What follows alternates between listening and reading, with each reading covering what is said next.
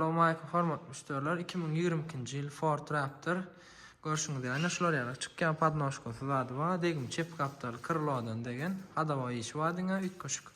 Rasgody ýok maşyna görüşüňiz ýaly ony diskasy, pakryşkasy adam. Şurak diskada ene bilen beýleki diskallar amma nesip edenen. Ene öňünde projektor zady bar. F150 Raptor görnüşi, içi gara koja salon, aýrbagy atmadyk maşynyň. Ulu monitoruna patsvetkaly zatly çem gerek diýseňiz ine habarlaşyp bilersiňiz hormatly müşterilerine. Mili 42.000 mil geçen ýagdaý arasda maşynyň ýokarymyz panorama görnüşinde. Ine ýerinde de bar goşuň 3,5 motor 3,5-lyk maşyna ýörapdy, hiç mesele ýok. Diňe hadawa işi we çep gapdan.